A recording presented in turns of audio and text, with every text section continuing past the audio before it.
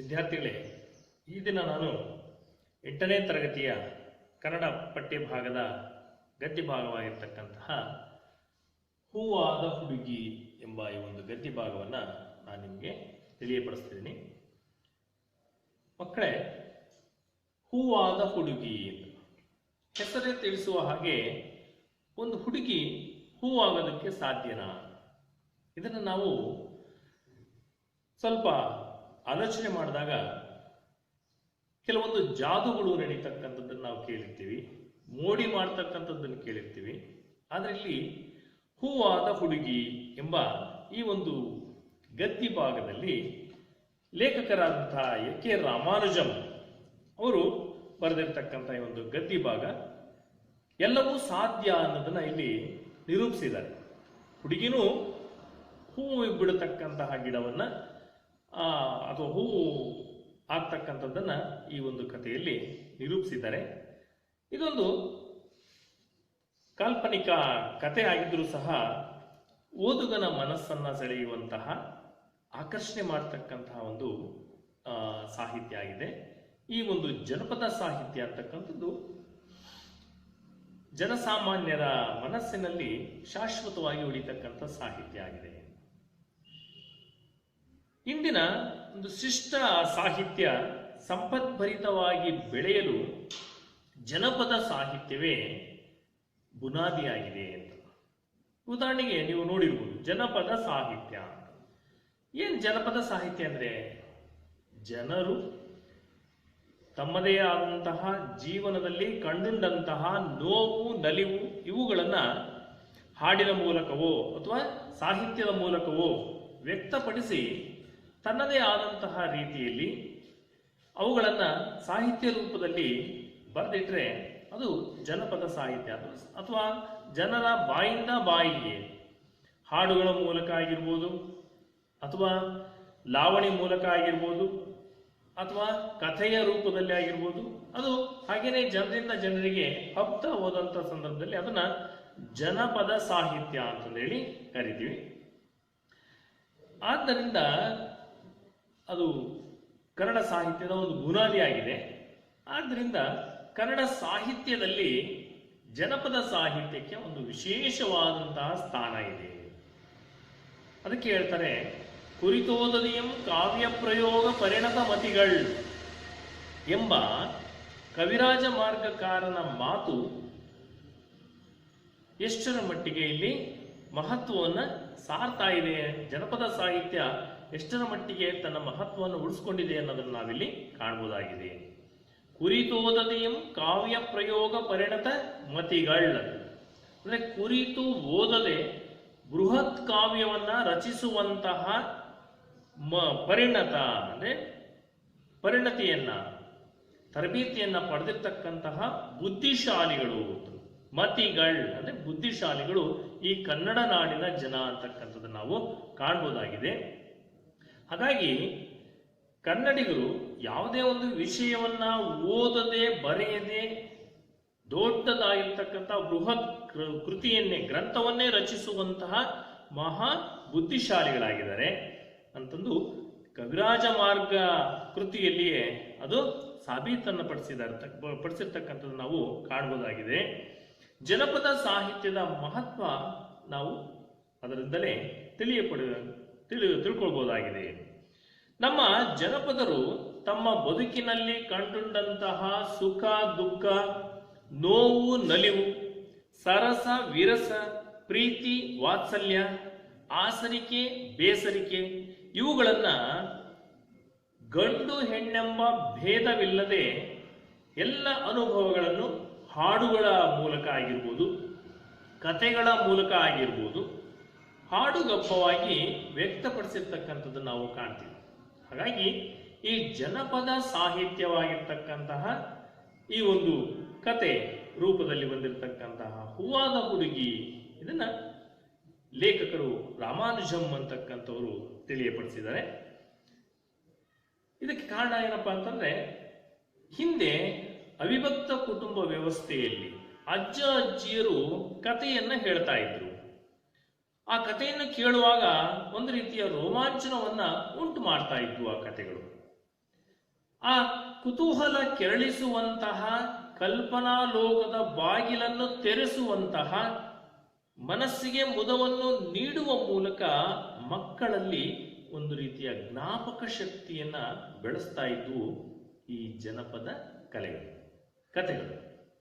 ಇವೆಲ್ಲ ಈ ದಿನ ಏನಾಗಿದೆ ಅಂತಂದ್ರೆ ಮೊಬೈಲು, ಲ್ಯಾಪ್ಟಾಪು, ಟಿವಿ ಮುಂತಾದಂತಹ ಮಾಧ್ಯಮಗಳಿಂದಾಗಿ ಈ ಕಥಾ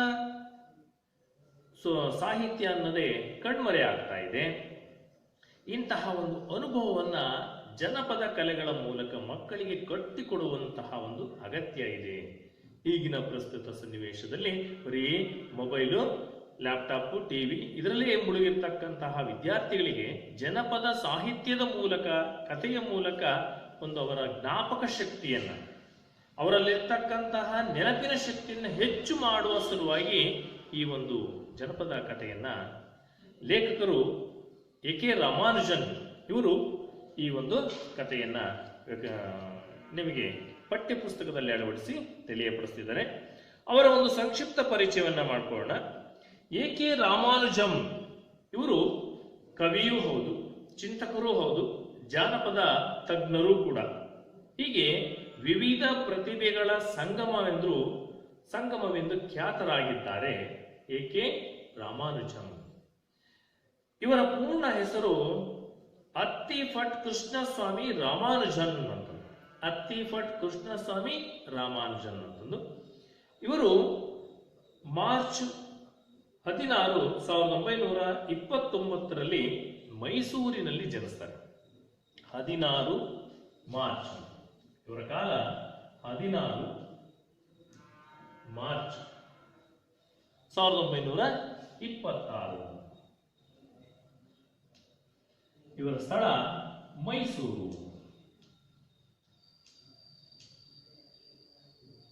ಮೈಸೂರಿನಲ್ಲಿ ಜನಿಸ್ತಾರೆ. ಇವರು ಮೈಸೂರು ವಿಶ್ವವಿದ್ಯಾನಿಲಯದಲ್ಲಿ MA ಪದವಿಯನ್ನು ಗಳಿಸಿದ ಇವರು ದಕ್ಷಿಣ ಭಾರತದ ಮತ್ತು ಅಮೆರಿಕದ ವಿವಿಧ ವಿಶ್ವವಿದ್ಯಾಲಯಗಳಲ್ಲಿ ಪ್ರಾಧ್ಯಾಪಕರಾಗಿ ಸೇವೆಯನ್ನು ಸಲ್ಲಿಸಿದ್ದಾರೆ. 1993ರಲ್ಲಿ ಇವರು ನಿಧನರಾಗ್ತಾರೆ. 1926ರಲ್ಲಿ ಹುಟ್ಟಿದ್ದು 1993ರಲ್ಲಿ ನಿಧನರಾಗ್ತಾರೆ. ಕನ್ನಡ ಹಾಗೂ ಇಂಗ್ಲಿಷ್ ಭಾಷೆಗಳಲ್ಲಿ ಮಹತ್ವದ ಕೊಡುಗೆ ನೀಡಿದ್ದಾರೆ. ಕನ್ನಡದಲ್ಲಿ ಹೊಕ್ಕುಳಲ್ಲಿ ಹೂವಿಲ್ಲ ಮತ್ತು ಇತರ ಕಥೆಗಳು, ಕವಿತೆಗಳು, ಕುಂಟೋಬಿಲ್ಲೆ ಬರೆದಿರ್ತಕ್ಕಂಥ ಕೃತಿಗಳು. ಕುಂಟೋಬಿಲ್ಲೆ ಜನಪದ ಕ್ರೀಡೆಯಲ್ಲಿರ್ತಕ್ಕಂಥ ಒಂದು ಆಟ ಇದು. ಕುಂಟೋಬಿಲ್ಲೆ, ಮತ್ತೊಬ್ಬನ ಆತ್ಮಚರಿತ್ರೆ, ಪ್ರಸಿದ್ಧ ಕೃತಿಗಳು. ಕನ್ನಡ ವಚನ ಸಾಹಿತ್ಯವನ್ನ ಸ್ಪೀಕಿಂಗ್ ಆಫ್ ಶಿವ ಎಂದು ಅನುವಾದಿಸಿದ್ದಾರೆ. ಸ್ಪೀಕಿಂಗ್ ಆಫ್ ಶಿವ ಅನುವಾದ ಕೃತಿ. ಸ್ಪೀಕಿಂಗ್ ಆಫ್ ಶಿವ ಇದೊಂದು ಜನಪದ ಸಾಹಿತ್ಯದ ಅನುವಾದಿತ ಕೃತಿ ಇದು. ಇವರ ಒಂದು ಸಾಹಿತ್ಯ ಕೃಷಿಗೆ, ಇವರ ಒಂದು ಸಾಹಿತ್ಯ ಸಾಧನೆಗೆ 1976ರಲ್ಲಿ ಭಾರತ ಸರ್ಕಾರ ಇವರಿಗೆ ಪದ್ಮಶ್ರೀ ಪ್ರಶಸ್ತಿಯನ್ನು ನೀಡಿ ಗೌರವಿಸಿದೆ. ಪದ್ಮಶ್ರೀ ಪ್ರಶಸ್ತಿ ಸಿಕ್ಕಿದೆ ಇವರಿಗೆ. ಜೊತೆಗೆ 1983ರಲ್ಲಿ ಪ್ರಸಿದ್ಧ ಮ್ಯಾಕ್ ಆರ್ಥರ್ ಫೆಲೋಶಿಪ್ ಗೌರವ ಕೂಡ ಇವರಿಗೆ ದೊರೆತಿದೆ ಅಂತ. ಹೀಗಾಗಿ ಎ.ಕೆ. ರಾಮಾನುಜನ್ ಇವರು ಕನ್ನಡ ಸಾಹಿತ್ಯ ಲೋಕದಲ್ಲಿ ತನ್ನದೇ ಆದಂತಹ ಒಂದು ಛಾಪನ್ನ ಮೂಡಿಸಿರ್ತಕ್ಕಂಥ ಲೇಖಕರು, ಕವಿಗಳು, ಚಿಂತಕರು ಕೂಡ ಆಗಿದ್ದಾರೆ. ಜನಪದ ತಜ್ಞರು ಕೂಡ ಆಗಿದ್ರು. ಪ್ರಸ್ತುತ ಈ ಒಂದು ಹೂವಾದ ಹುಡುಗಿ ಗದ್ಯ ಭಾಗವನ್ನ, ಜನಪದ ಕಥೆಯನ್ನ ಎ.ಕೆ. ರಾಮಾನುಜನ್ ಅವರ ಬರೆದಿರ್ತಕ್ಕಂಥ, ಸಂಪಾದಿಸಿರ್ತಕ್ಕಂಥ ಸಾಲು ಸಂಪಿಗೆ ನೆರಳು ಅನ್ನುವ ಕೃತಿಯಿಂದ,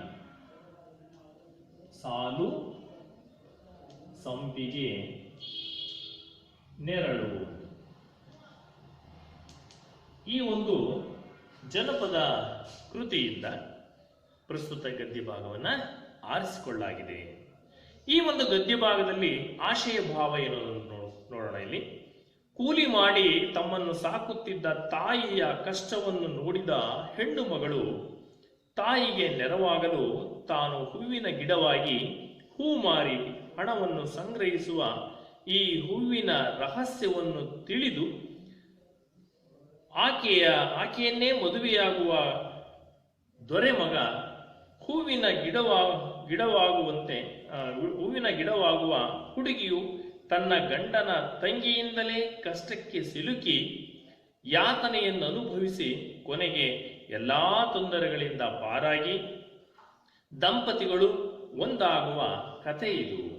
ಇಲ್ಲಿ ಹೆಣ್ಣಿನ ಸಹನೆ, ದಾಂಪತ್ಯದ ಅನ್ಯೋನ್ಯತೆ, ಪ್ರೀತಿ, ಸಹಕಾರ, ಮನೋಭಾವಗಳ ಮೌಲ್ಯವನ್ನ ತಿಳಿಸುವಂತಹ ಆಶಯ ಈ ಗದ್ಯ ಭಾಗದಲ್ಲಿ ನಾವು ಕಾಣಬಹುದಾಗಿದೆ. ಅಂದ್ರೆ ಕಷ್ಟದಲ್ಲಿರ್ತಕ್ಕಂಥ ತಾಯಿಗೆ ಸಹಾಯ ಮಾಡಲು ಹೋಗಿ ಹೂವಿನ ಗಿಡವಾಗಿ ಅದರಲ್ಲಿರ್ತಕ್ಕಂಥ ಹೂವನ್ನು ಮಾರಿ ಬಂದಂಥ ಹಣದಲ್ಲಿ ಕುಟುಂಬದ ಕಷ್ಟವನ್ನ ನೀಗಿಸುವಂತ ಪ್ರಯತ್ನ ಮಾಡತಕ್ಕಂಥ ಸಂದರ್ಭದಲ್ಲಿ ದೊರೆ ಮಗ ಆ ವಿಷಯವನ್ನ ತಿಳ್ಕೊಂಡು ಆ ಹುಡುಗಿಯನ್ನ ಮದುವೆ ಆಗ್ತಾನೆ. ಕೊನೆಗೆ ಆ ದೊರೆಯ ಮಗನ ತಂಗಿಯಿಂದಲೇ ಈ ಹುಡುಗಿಗೆ ಸಹಿಸಲ ಅಸಾಧ್ಯವಾದಂತಹ ಕಷ್ಟಗಳನ್ನ ಅನುಭವಿಸ್ಬೇಕಾಗುತ್ತೆ. ಅಂದ್ರೆ ಆ ಎಲ್ಲಾ ಕಷ್ಟಗಳನ್ನು ಸಹನೆಯಿಂದ ತಾಳಿಕೊಂಡು ಸಹಿಸಿಕೊಂಡು ಕೊನೆಗೆ ಆ ಎಲ್ಲಾ ಕಷ್ಟಗಳಿಂದ ಪಾರಾಗಿ ಮತ್ತೆ ಅನ್ಯೋನ್ಯತೆಯಿಂದ ಗಂಡ ಹೆಂಡತಿ ಯಾವ ರೀತಿ ಬದುಕ್ತಾ ಇದ್ರು ಅನ್ನೋದನ್ನ ಈ ಗದ್ಯ ಭಾಗದಲ್ಲಿ ಕಾಣಬಹುದಾಗಿದೆ. ಅಂದ್ರೆ ಅವಳಲ್ಲಿದ್ದಂತಹ ಸಹನೆ, ತಾಳ್ಮೆ, ದಾಂಪತ್ಯದ ಒಂದು ಅನ್ಯೋನ್ಯತೆ, ಗಂಡ ಹೆಂಡತಿಯರ ಜೊತೆಯಲ್ಲಿದ್ದಂಥ ಅನ್ಯೋನ್ಯತೆ ಮತ್ತೆ ಸಹಕಾರ, ಪ್ರೀತಿ, ಇಂತಹ ಮನೋಭಾವಗಳನ್ನ ವಿದ್ಯಾರ್ಥಿಗಳ ದಿಸೆಯಲ್ಲಿ ನಿಮಗೆ ತಿಳಿಯಪಡಿಸ್ತಕ್ಕಂಥದ್ದೇ ಲೇಖಕರ ಒಂದು ಪ್ರಮುಖವಾದಂಥ ಆಶಯ ಆಗಿದೆ. ವಿದ್ಯಾರ್ಥಿಗಳೇ, ಈ ಒಂದು ಗದ್ಯ ಭಾಗದಲ್ಲಿ ಕೆಲವೊಂದು ಹೊಸ ಪದಗಳನ್ನು ಕೊಟ್ಟಿದ್ದಾರೆ, ನೋಡೋಣ ಬನ್ನಿ. ಐಸಿರಿ ಅಂತ. ಐಸಿರಿ ಅಂತಂದ್ರೆ ಐಶ್ವರ್ಯ. ಐಸಿರಿ, ಐಶ್ವರ್ಯ. ಐಶ್ವರ್ಯ, ಸಂಪತ್ತು ಅಂತಂದೇಳಿ. ಕುತೂಹಲ ಅಂತ, ಅನುಭವಿಸುವ ಅಥವಾ ತಿಳಿದುಕೊಳ್ಳುವಂತಹ ಹಂಬಲ, ಅದಕ್ಕೆ ಕುತೂಹಲ. ಉತ್ಸುಕತೆ ಅಂತಂದೇಳಿ. ಕೊಪ್ಪರಿಗೆ, ಕೊಪ್ಪರಿಗೆ ಅಂದ್ರೆ ಕಡಾಯಿ ಅಂತ. ಗುಮ್ಮಾಗಿ ಅಂದ್ರೆ ಸುಮ್ಮನೆ ಅಂತ, ಯಾರ ಬಳಿಯೂ ಮಾತನಾಡದೆ ಗುಮ್ಮಾಗಿ ಕೂತ್ಕೊಂಡಿರ್ತಾರೆ ನೋಡಿ ಕೆಲವು ಮಕ್ಕಳು, ಸಣ್ಣ ಮಕ್ಕಳು ಮುನಿಸ್ಕೊಂಡು ಕೂತ್ಕೊಂಡಿರ್ತಾರೆ ನೋಡಿ, ಅದನ್ನು ಗುಮ್ಮಾಗಿ ಅಂತ ಕರೀತಾರೆ, ಯಾರ ಜೊತೆನೂ ಮಾತನಾಡದೆ. ಗೋಸಾಯಿ ಅಂದ್ರೆ ಸನ್ಯಾಸಿ ಅಂತ, ಗೋಸಾಯಿ ಸನ್ಯಾಸಿ ಅಂತ. ಬೈರಾಗಿ ಅಥವಾ ವಿರಾಗಿ ಅಥವಾ ವೈರಾಗಿ ಅಂತೆಲ್ಲ ಅರ್ಥಗಳು ಸಿಗ್ತವೆ ನಮಗೆ. ತಿಕ್ಲು, ತಿಕ್ಲು ಅಂತಂದ್ರೆ ಬುದ್ಧಿ ಭ್ರಮಣೆ ಆಗಿರ್ತಕ್ಕಂಥದ್ದು, ಹುಚ್ಚಿಡಿದಿರ್ತಕ್ಕಂಥದಕ್ಕೆ ತಿಕ್ಲು ಅಂತಂದೇಳಿ ಕರೀತಾರೆ. ದಾದೇರು ಅಂದ್ರೆ ದಾದಿಯರು ಅಥವಾ ಸೇವಕಿಯರು ಅಂತಕ್ಕಂಥ ಅರ್ಥವನ್ನು ಕೊಡುತ್ತೆ. ದಿರ್ಸು ಅಂತ, ದಿರ್ಸು ಅಂದ್ರೆ ವಸ್ತ್ರ, ದಿರ್ಸು ಅಂದ್ರೆ ವಸ್ತ್ರ, ದಿರ್ಸು ವಸ್ತ್ರ. ಹಾಗೇನೆ ಸಂಭ್ರಮ ಅಂತ, ಮೊಗೆ, ಮೊಗೆ ಅಂತಂದ್ರೆ ಬೊಗಸೆ ಅಂತ, ಬೊಗಸೆ ಇಲ್ಲ ಮೊಗೆ. ಆಮೇಲೆ ಮೋರಿ ಅಂದ್ರೆ ಚರಂಡಿ ಅಂತ, ಗಟಾರ ಅಂತ ಕೂಡ ಅರ್ಥವನ್ನು ಕೊಡುತ್ತೆ. ಯಥಾಸ್ಥಿತಿ ಅಂದ್ರೆ ಮೊದಲು ಇದ್ದಂತ ಸ್ಥಿತಿ. ಸಂಭ್ರಮ ಅಂದ್ರೆ ಸಂತೋಷ. ಸುರಹೊನ್ನೆ, ಇದು ಒಂದು ಜಾತಿಯ ಹೂವಿನ ಮರ ಅಥವಾ ಪನ್ನಾಗ ಅಂತ ಕೂಡ ಕರೀತಾರೆ ಅಂತ. ಸುರಹೊನ್ನೆ ಅಂದ್ರೆ ಒಂದು ಜಾತಿಯ ಮರ, ಪನ್ನಾಗ ಅಂತಂದೇಳಿ ಇದನ್ನ ಇನ್ನೊಂದು ಹೆಸರಿದೆ. ಬನ್ನಿ ಪಾಠಕೋಣ. ಹೂವಾದ ಹುಡುಗಿ.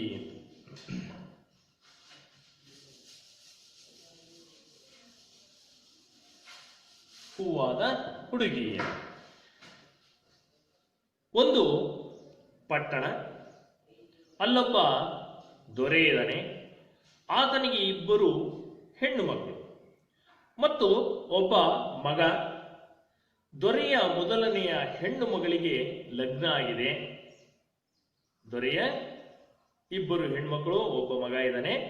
ಆ ಹಿರಿಯ ಹೆಣ್ಣು ಮಗಳಿಗೆ ಮದುವೆ ಆಗಿ ಪಕ್ಕದ ಪಟ್ಟಣದ ರಾಜಕುಮಾರಿಯಾಗಿದ್ದಾಳೆ. ಮದುವೆಯಾಗಿ ರಾಣಿಯಾಗಿ ಅಲ್ಲಿ ಪಕ್ಕದ ರಾಜ್ಯದಲ್ಲಿದ್ದಾಳೆ. ಈ ಅದೇ ಊರಿನಲ್ಲಿ ಒಬ್ಬಳು ಮುದುಕಿ ಇದ್ದಳು. ಅವಳಿಗೆ ಇಬ್ಬರು ಹೆಣ್ಣು ಮಕ್ಕಳು. ಆ ಮುದುಕಿ ಕೂಲಿ ಮಾಡಿ ತನ್ನ ಮಕ್ಕಳನ್ನ ಸಾಕ್ತಾ ಇದ್ಲು. ಒಂದು ದಿನ ತಂಗಿ, ಅಕ್ಕಯ್ಯ, ಹೋದಷ್ಟು ದಿನಕ್ಕೆ ನಮ್ಮ ಕೂಲಿ ಮಾಡಿ ನಮ್ಮನ್ನು ಸಾಕಬೇಕು ಅಂದ್ರೆ ಕಷ್ಟ. ಆದ್ರಿಂದ ನಾನು ಹೂವಿನ ಗಿಡ ಹಾಕ್ತೀನಿ, ನೀನು ಹೂ ತಕ್ಕೊಂಡು ಹೋಗಿ ಮಾರ್ಕೊಂಡು ಬಂದ್ಬಿಡು ಅಂತೇಳಿ ತಂಗಿ ಅಕ್ಕನಿಗೆ ಹೇಳ್ತಾಳೆ. ಅಂದ್ರೆ ಅಕ್ಕಯ್ಯ ಹೋದಷ್ಟು ದಿನಕ್ಕೆ ಅಮ್ಮ ಕೂಲಿ ಮಾಡಿ ನಮ್ಮನ್ನು ಸಾಕ್ತಾ ಇದ್ದಾಳೆ. ಅಂದ್ರೆ ಎಷ್ಟೋ ದಿನಗಳಿಂದ ನಮ್ಮನ್ನ ಕೂಲಿ ಮಾಡಿ ಅಮ್ಮ ಸಾಕ್ತಾ ಇದ್ದಾಳೆ. ಆ ಸಾಕ್ತಕ್ಕಂತ ಒಂದು ಕಷ್ಟ ಅಮ್ಮನಿಗೆ ಬಹಳ ಕಷ್ಟ ಆಗ್ತಿದೆ. ಅಮ್ಮನ ಕಷ್ಟವನ್ನು ನಾವು ಹೇಗಾದ್ರೂ ಮಾಡಿ ಒಂದಿಷ್ಟು ತೀರ್ಸೋಣ ಅಂತಂದೇಳಿ ಯೋಚನೆ ಮಾಡಿ ಆಗ ತಂಗಿ, ನಾನು ಹೂವಿನ ಗಿಡ ಹಾಕ್ತೀನಿ, ನೀನು ಹೂವನ್ನ ಕಿತ್ಕೊಂಡು ಅವುಗಳನ್ನ ಮಾರಿ ಬಂದಂತ ಹಣವನ್ನ ಕೂಡಿಟ್ಟು ಅಮ್ಮನಿಗೆ ಸಹಾಯ ಮಾಡೋಣ ಅಂತಂದೇಳಿ ಹೇಳ್ತಾಳೆ. ಅದಕ್ಕೆ ಅಕ್ಕ ಕೂಡ ಒಪ್ಕೊಳ್ತಾಳೆ. ಆಗ ನೀನು ಹೂ ತಕ್ಕೊಂಡು ಹೋಗಿ ಮಾರ್ಕೊಂಡು ಬಂದ್ಬಿಡು ಎಂದು ಅಕ್ಕನಿಗೆ ಹೇಳಿದಳು. ಅಕ್ಕನಿಗೆ ಕುತೂಹಲ ಕೆರಳಿ, ಅದು ಹೇಗೆ ಹೂವಿನ ಗಿಡ ಆಗ್ತೀಯಾ, ಅದು ಹೇಗೆ ಆಗ್ತೀಯಾ ನೀನು ಹೂವಿನ ಗಿಡ ಅಂತೇಳಿ ಆಕೆ ಕೇಳ್ತಾಳೆ. ಆಗ ಅದೆಲ್ಲ ನಾನು ಆಮೇಲೆ ಹೇಳ್ತೀನಿ, ಮೊದಲು ಮನೆಯೆಲ್ಲ ಸಾರಿಸಿ ಬಿಡು, ನೀನು ಸ್ನಾನ ಮಾಡಿ ಬಾವಿಯಿಂದ ಚಿಳ್ಳುಗುರು ಸೋಕದ ಹಾಗೆ 2 ತಂಬಿಗೆ ನೀರು ತೆಗೆದುಕೊಂಡು ಬಾ. ನೀನು ಬಾವಿಯಿಂದ ಪವಿತ್ರವಾದಂತಹ 2 ತಂಬಿಗೆ ನೀರನ್ನು ತೆಗೆದುಕೊಂಡು ಬಾ. ಅದರಲ್ಲಿ ಚಿಳ್ಳುಗುರು ತಾಗದೆ, ಅದರಲ್ಲಿ ಬೆರಳು ಕೂಡ ತಾಗಬಾರ್ದು. ಬಾವಿಯಿಂದ ಆ ರೀತಿ 2 ತಂಬಿಗೆ ನೀರನ್ನ ನೀನು ತಗೊಂಡು ಬಾ. ನಾನು ಹೂವಿನ ಗಿಡ ಹಾಕ್ತೀನಿ, ಆ ನಂತರ ಹೂ ಬಿಡಿಸ್ಕೊಂಡು ನಂತರ ಮುಂದೆ ಏನ್ ಮಾಡ್ಬೇಕು ಅಂತ ಹೇಳ್ತೀನಿ ಅಂತ ಹೇಳಿ ತಿಳಿಸ್ತಾಳೆ. 2 ತಂಬಿಗೆ ನೀರು ತಗೊಂಡು ಬಾ, ಮೊದಲೇ ಮನೆಯನ್ನೆಲ್ಲ ಸಾರಿಸಿ ಬಿಡು ಅಂತ ಹೇಳ್ತಾಳೆ. ಅಕ್ಕ ಹಾಗೇ ಮಾಡಿದಳು. ತಂಗಿ ಹೇಳಿದಾಗೆ ಅಕ್ಕ ಮಾಡ್ತಾಳೆ. ಇವರ ಮನೆ ಎದುರಿಗೆ ಒಂದು ದೊಡ್ಡ ಮರ ಇತ್ತು. ಅಲ್ಲೂ ಗುಡಿಸಿ ಸಾರಿಸಿದಳು. ಅಲ್ಲಿಗೆ ಇಬ್ರು ಹೋದ್ರು. ತಂಗಿ ಅಕ್ಕನನ್ನು ಕರೆದು, ನೋಡಕ್ಕಯ್ಯ, ನಾನಿಲ್ಲಿ ದೇವರ ಧ್ಯಾನ ಮಾಡಿ ಕುಳಿತುಕೋತೀನಿ, ನಾನು ದೇವರ ಧ್ಯಾನ ಮಾಡಿ ಕುತ್ಕೊಳ್ತೀನಿ. ನೀನು 1 ತಂಬಿಗೆ ನೀರನ್ನ ನನ್ನ ತಲೆಯ ಮೇಲೆ ಸುರಿದು ಬಿಡು, ನಾನು ಹೂವಿನ ಗಿಡ ಹಾಕ್ತೀನಿ. ಆಗ ನೀನು ಸುಳಿ ಮುರಿಯದೆ, ಎಲೆ ಮುರಿಯದೆ ಹಾಗೇನೆ, ಅಂದ್ರೆ ಸುಳಿ ಕೂಡ ಮುರಿಬಾರ್ದು, ಎಲೆ ಕೂಡ ಮುರಿಬಾರ್ದು, ಗಿಡಕ್ಕೆ ಯಾವುದೇ ರೀತಿಯ ಹಾನಿಯನ್ನ ಮಾಡದೆ ನಿನಗೆ ಎಷ್ಟು ಸಾಕಾಗುತ್ತೋ ಅಷ್ಟು ಹೂವನ್ನ ನೀನು ಬಿಡಿಸ್ಕೋ, ಹೂವನ್ನು ನೀನು ಕಿತ್ಕೋ. ನಂತರ ನಿನಗೆ ಸಾಕಾದ ಮೇಲೆ ಇನ್ನೊಂದು ತಂಬಿಗೆ ನೀರನ್ನ ಆ ಗಿಡದ ಮೇಲೆ, ಅಂದ್ರೆ ನನ್ನ ಮೇಲೆ ಸುರಿದು ಬಿಡು, ಪುನಃ ನಾನು ಮನುಷ್ಯಳಾಗ್ತೀನಿ ಅಂತಂದು ತಂಗಿ ಅಕ್ಕನಿಗೆ ಹೇಳ್ತಾಳೆ. ತಂಗಿ ಅದೇ ರೀತಿ ಏನ್ ಮಾಡ್ತಾಳೆ, ಅಕ್ಕನಿಗೆ ಹೇಳಿದ ನಂತರ ದೇವರನ್ನು ನೆನೆದು ಕುಳಿತಳು. ದೇವರನ್ನ ನೆನೆಸ್ಕೊಂಡು ಆ ಸಾರಿಸಿದಂತ ನೆಲದ ಮೇಲೆ ಅಲ್ಲಿ ರಂಗೋಲಿ ಹಾಕಿರ್ತಾಳೆ. ಆ ರಂಗೋಲಿ ಮಧ್ಯದಲ್ಲಿ ಕುತ್ಕೊಂಡು ದೇವರನ್ನ ನೆನೆಸ್ಕೊಳ್ತಾಳೆ. ಆಗ ಅಕ್ಕ ಏನ್ ಮಾಡಿದ್ಲು, 1 ತಂಬಿಗೆ ನೀರನ್ನ ಅವಳ ತಲೆ ಮೇಲೆ ಸುರಿದಳು. ಸರಿ, ತಂಗಿ ಹೂವಿನ ಗಿಡವಾದಳು. ಹೂವಿನ ಗಿಡ ಆದಮೇಲೆ ಅಕ್ಕ ಏನ್ ಮಾಡ್ತಾಳೆ, ಮತ್ತೆ ಸುಳಿ ಎಲೆ ತೊಟ್ಟು ಮುರಿಯದ ಹಾಗೆ ಅದರಲ್ಲಿರ್ತಕ್ಕಂಥ ಹೂವನ್ನ ಬಿಡಿಸ್ಕೊಂಡು ನಂತರ ತನಗೆ ಸಾಕಾದ ಮೇಲೆ ಮತ್ತೊಂದು ತಂಬಿಗೆಯಲ್ಲಿದ್ದಂತಹ ನೀರನ್ನ ಆ ಗಿಡದ ಮೇಲೆ ಸುರಿದು. ಆಗ ಯಥಾಸ್ಥಿತಿಯಂತೆ ತಂಗಿ ಲಕ್ಷಣವಾಗಿ ಮನುಷ್ಯಳಾದಳು. ಅನಂತರ ಇಬ್ಬರು ಆ ಹೂವನ್ನೆಲ್ಲ ಬುಟ್ಟಿಗೆ ತುಂಬಿ ಮನೆಗೆ ತೆಗೆದುಕೊಂಡು ಹೋದ್ರು. ಇಬ್ಬರು ಸೇರಿ ಹೂವನ್ನ ಕಟ್ಟಿದ್ರು. ತೆಗೆದುಕೊಂಡು ಹೋಗಿ ಮಾರ್ಲಿ ಅಂತೇಳಿ ದೊಡ್ಡವಳು ಕೇಳ್ತಾಳೆ. ಆಗ ಅಕ್ಕಯ್ಯ, ಈ ಹೂವನ್ನ ದೊರೆ ಮನೆಗೆ ತೆಗೆದುಕೊಂಡು ಹೋಗು, ಅವರು ಹೆಚ್ಚಿಗೆ ಹಣ ಕೊಡ್ತಾರೆ. ಅಮ್ಮ ನಮಗೋಸ್ಕರ ಯಾವಾಗಲೂ ಕೂಲಿ ಮಾಡ್ತಿರ್ತಾಳೆ, ಹೆಚ್ಚು ಹಣ ಕೂಡಿ ಹಾಕಿ ಅಮ್ಮನಿಗೆ ತೋರಿಸೋಣ ಅಂತಂದೇಳಿ ಚಿಕ್ಕವಳು ದೊಡ್ಡವಳಿಗೆ ಒಂದು ಸಲಹೆಯನ್ನ ಕೊಡ್ತಾಳೆ. ಅದರಂತೆ ಹಿರಿಯ ಮಗಳು, ಆ ಮುದುಕಿಯ ಹಿರಿಯ ಮಗಳು ಏನ್ ಮಾಡ್ತಾಳೆ, ಒಂದು ಬುಟ್ಟಿಯಲ್ಲಿ ಹೂವನ್ನೆಲ್ಲ ಇಟ್ಟುಕೊಂಡು, ಹೂ ಬೇಕೇನಮ್ಮ ಹೂ ಎಂದು ಕೂಗಿಕೊಂಡು ದೊರೆಯ ಮನೆ ಮುಂದೆ ಬಂದಳು. ದೊರೆಯ ಚಿಕ್ಕ ಮಗಳು, ಅಮ್ಮ ಹೂ ಬಂದಳು, ಹೂ ಘಮಘಮ ಅಂತವೆ, ಕೊಡಿಸಿಕೊಡು ಅಂತೇಳಿ ಆ ರಾಜಕುಮಾರಿ ತನ್ನ ತಾಯಿಯನ್ನ ಒತ್ತಾಯಿಸ್ತಾಳೆ. ಹೂ ಬಂದಿದ್ದಾವೆ, ಬಹಳ ಚೆನ್ನಾಗಿದ್ದಾವೆ, ಪರಿಮಳ ಬೀರ್ತಾ ಇದ್ದಾವೆ, ಘಮಘಮ ಅಂತಿದ್ದಾವೆ, ಕೊಡಿಸೋವನ್ನ ಅಂತಂದು ಹಠ ಇಡ್ತಾಳೆ. ಆಗ ಆ ರಾಣಿ, ಮಹಾರಾಣಿ ಏನ್ ಮಾಡ್ತಾಳೆ, ಆ ಹೂ ಮಾರ್ತಕ್ಕಂಥ ಹುಡುಗಿಯನ್ನ ಕರೆದು ಅವಳ ಕೈಗೆ ಕೇಳ್ತಾಳೆ, ಎಷ್ಟು ಬೆಲೆ ಅಂತ ಕೇಳಿದ್ರು. ಎಷ್ಟಾನ ಕೊಡಿರವ್ವ, ನಾವು ಬಡವರು ಎಂದಳು ಅಕ್ಕ. ನೀವೆಷ್ಟನ ಕೊಡ್ರಿ, ನಾವು ಬಡವರು ಅಂತೇಳಿ ಅವಳು ಆ ಮಹಾರಾಣಿಯ ಬಳಿ ನಾವು ಬಡವರು ಅಂತಕ್ಕಂಥ ಒಂದು ಕಷ್ಟವನ್ನು ಹೇಳ್ಕೊಳ್ತಾಳೆ. ಆಗ ಆ ಹೂವು, ಎಲ್ಲ ಹೂವನ್ನು ದೊರೆ ಹೆಂಡತಿ ಹೂವು ತೆಗೆದುಕೊಂಡು ಒಂದು ಮೊಗೆ ಹಣವನ್ನ ಕೊಟ್ಟಳು. ಅಂದ್ರೆ ಒಂದು ಮೊಗೆ, ಒಂದು ಬೊಗಸೆ ಹಣವನ್ನ ಆ ಹೂ ಮಾರ್ತಕ್ಕಂಥವಳಿಗೆ ಕೊಡ್ತಾಳೆ. ಆ ಬೊಗಸೆ, ಒಂದು ಮೊಗೆ ಹಣವನ್ನ ತೆಗೆದುಕೊಂಡು ಅಕ್ಕ ಏನ್ ಮಾಡ್ತಾಳೆ, ಮನೆಗೆ ಬರ್ತಾಳೆ. ಹೀಗೆ ಕೆಲವು ದಿನ ಹೀಗೇ ಮಾಡಿದ್ರು ಅಕ್ಕ ತಂಗಿ ಇಬ್ಬರು ಸೇರಿ. ಒಂದಷ್ಟು ದಿನಗಳಾದ ಮೇಲೆ ಒಂದು ಸ್ವಲ್ಪ ಹಣ ಕೂಡಿಟ್ಟಿದ್ರು. ಸರಿ, ಆಗ ಅಮ್ಮನಿಗೆ ತೋರಿಸೋಣ ಅಂತಂದೇಳಿ ಅಂದು ಒಂದಿನ. ಕೆಲವು ದಿನ ಕೂಡಿಟ್ಟಾದ್ಮೇಲೆ 5 ಮೊಗೆ ಹಣವಾಯಿತು. ಅಲ್ಲಿ ಕೂಡಿಟ್ಟಂತ ಹಣ 5 ಮೊಗೆ, 5 ಬೊಗಸೆ ಹಣ ಆಯಿತು. ಆಗ ಅಕ್ಕ ಇದನ್ನ ಅಮ್ಮನಿಗೆ ತೋರಿಸೋಣ, ಅಮ್ಮನಿಗೆ ಕೊಡೋಣ ಅಂತಂದೇಳಿ ಹೇಳ್ತಾಳೆ. ಆಗ ಅಕ್ಕ ಏನಂತಾಳೆ, ಬೇಡವೇ ತಂಗಿ, ಅಮ್ಮ ಹೊಡಿತಾಳೆ, ಅಮ್ಮನಿಗೆ ಇಷ್ಟೊಂದು ದುಡ್ಡು ಎಲ್ಲಿಂದ ಬಂತು ಅಂತಂದೇಳಿ ಅಮ್ಮ ಸಿಟ್ಟಿನಿಂದ ಹೊಡೆದು ಬಿಡ್ತಾಳೆ, ತೋರಿಸೋದು ಬೇಡ ಅಂತಂದೇಳಿ ಅಂತ ಅವರವರೇ ಮಾತನಾಡಿಕೊಂಡ್ರು. ಇಬ್ರು ಅಕ್ಕ ತಂಗಿ ಇಬ್ರು ಅವ್ರಿಗವರೇ ಮಾತಾಡ್ಕೊಂಡ್ರು. ಈ ಹುಡುಗಿಯರಿಗೆ ಸಂಪಾದನೆ ಮಾಡತಕ್ಕಂತ ಆಸೆ. ಹೀಗೆ ದಿನನಿತ್ಯ ಹೂವಿನ ಗಿಡ ಹಾಕ್ತಾ ಇದ್ಲು. ಅಕ್ಕ ಹೂವನ್ನ ಬಿಡಿಸ್ತಾ ಇದ್ಲು. ಹೂವನ್ನ ದೊರೆ ಹೆಂಡತಿ ಕೊಂಡ್ಕೊಳ್ತಾ ಇದ್ಲು. ಆಗ ಪ್ರತಿನಿತ್ಯ ಆ ಹೂವನ್ನ ಕೊಂಡ್ಕೊಂಡಂತಹ ದೊರೆ ಹೆಂಡತಿ ತಕ್ಕಂತೆ ಹಣವನ್ನ ಕೊಡ್ತಾ ಇದ್ಲು. ಹೀಗೆ ಕೂಡಿಟ್ಟಂತ ಹಣ 5 ಮೊಗೆ ಆಯಿತು. 5 ಬೊಗಸೆ ಹಣ ಸಂಗ್ರಹ ಆಗಿದೆ.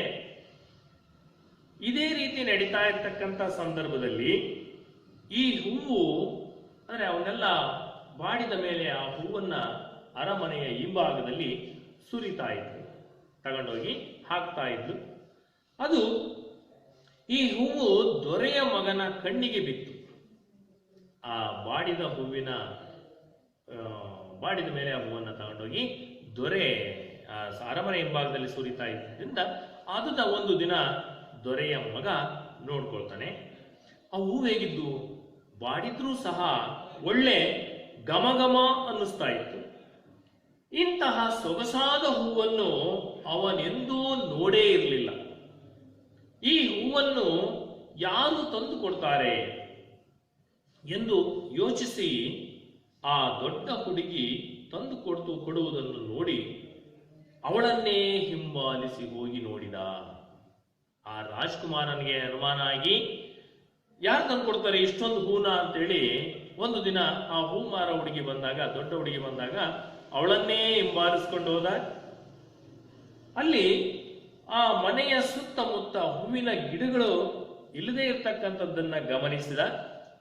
ಇಂಥ ಹೂವನ್ನ ಇವರಿಗೆ ಎಲ್ಲಿಂದ ಸಿಗ್ತವೆ ಅನ್ನುವ ಒಂದು ಅನುಮಾನ ಶುರುವಾಯಿತು ಅವನಿಗೆ, ರಾಜ್ಕುಮಾರನಿಗೆ. ಯೋಚನೆ ಮಾಡ್ದ. ಅವರ ಮನೆಯ ಸುತ್ತಮುತ್ತ ಎಲ್ಲಿಯೂ ಸಹ ಇಂತಹ ಗಿಡಗಳು ಇರಲಿಲ್ಲ. ಆದರೆ ಈ ಹೂ ಎಲ್ಲಿಂದ ತಂತಾರೆ ಇವರು ಅಂತಂದೇಳಿ ಅನುಮಾನದಿಂದ ಮಾರನೇ ದಿನ ಏನು ಮಾಡ್ದ ರಾಜ್ಕುಮಾರ, ಯಾರಿಗೂ ತಿಳಿಸದ ಹಾಗೆ ಸೂರ್ಯ ಹುಟ್ಟುವ ಮೊದಲೇ ಹೋಗಿ ಆ ಹುಡುಗಿಯರು ವಾಸವಿದ್ದಂತಹ ಮನೆಯ ಪಕ್ಕದ ದೊಡ್ಡ ಮರದ ಮೇಲೆ ಹತ್ತಿ ಕೂತ್ಕೊಂಡ್ಬಿಡ್ತಾನೆ. ಆಗ ಹತ್ತಿ ಆ ಮರದ ಮೇಲೆ ಕೂತ್ಕೊಂಡು ಅವನು ಅಲ್ಲಿ ನಡೀತಕ್ಕಂತಹ ಎಲ್ಲವನ್ನು ವೀಕ್ಷಣೆ ಮಾಡ್ತಾನೆ. ಅವತ್ತೂ ಸಹ ಹುಡುಗಿಯರು ಆ ಮರದ ಅಡಿ ಸಾರಿಸಿ ಗುಡಿಸಿದರು. ತಂಗಿ ಯಥಾ ಪ್ರಕಾರ ಹೂವಿನ ಗಿಡವಾದಳು. ಅಕ್ಕ ಎಚ್ಚರಿಕೆಯಿಂದ ಹೂ ಬಿಡಿಸಿಕೊಂಡಳು. ಅನಂತರ ಪುನಃ ಹೂವಿನ ಗಿಡವಾಗಿದ್ದ ತಂಗಿ ಮನುಷ್ಯಳಾದಳು. ಈ ಎಲ್ಲವನ್ನು ಮರದ ಮೇಲೆ ಕುಳಿತಿದ್ದಂತಹ ರಾಜಕುಮಾರ ಎಲ್ಲವನ್ನು ನೋಡಿಕೊಂಡು ಕೂತ್ಕೊಂಡಿದ್ದ. ಎಲ್ಲವನ್ನು ನೋಡಿಕೊಂಡು ಆಮೇಲೆ ಅವರು ಎಲ್ಲ ಮನೆಗೆ ಹೋದ ಮೇಲೆ ಸೀದಾ ಅರಮನೆಗೆ ಬಂದು ಮಂಚದ ಮೇಲೆ ಮಕಾಡೆ ಮಲಗಿಕೊಂಡ್ಬಿಟ್ಟ. ತಂದೆ ತಾಯಿ ಬಂದು ಕೇಳಿದರು. ರಾಜ್ಕುಮಾರ ಬಹಳ ಚಿಂತಾಕ್ರಾಂತನಾಗಿ ಅವನು ಅರಮನೆಗೆ ಬಂದು ಮಕಾಡೆ ಮಲ್ಕೊಂಡ್ಬಿಡ್ತಾನೆ. ಆ ಮಕಾಡೆ ಮಲ್ಕೊಂಡಂತಹ ರಾಜ್ಕುಮಾರ ಊಟ ಮಾಡದೆ ಮಂಚದ ಮೇಲೆ ಮಲಗಿದಂಥ ಸಂದರ್ಭದಲ್ಲಿ ರಾಜ ಮತ್ತು ರಾಣಿ ಅಂದ್ರೆ ರಾಜಕುಮಾರನ ತಂದೆ ತಾಯಿ ಬಂದು ವಿಚಾರಿಸ್ತಾರೆ. ಆಗ ವಿಚಾರಿಸಿದಾಗ ಕೊನೆಗೆ ಮಂತ್ರಿಯನ್ನ ಕಳಿಸ್ತಾರೆ. ಅಲ್ಲಿ ತಂದೆ ತಾಯಿ ಬಂದು ಕೇಳಿದ್ರು. ಅವನಿಗೆ ಆ ತಂದೆ ತಾಯಿಗೆ ರಾಜಾರಾಣಿಯರಿಗೆ ಏನೂ ಹೇಳಲಿಲ್ಲ. ಆಗ ಮಂತ್ರಿಯ ಮಗ ಬಂದು ಕೇಳ್ತಾನೆ, ಯಾಕೆ ಗೆಳೆಯ ನೀನು ಈ ರೀತಿ ಸಪ್ಪೆ ಮೋರೆ ಹಾಕೊಂಡಿದೀಯಾ ಅಂತ ಹೇಳಿದಾಗ, ಹೂವಿನ ಗಿಡವಾಗುವ ಹುಡುಗಿಯ ವಿಚಾರವನ್ನು ಹೇಳ್ತಾನೆ.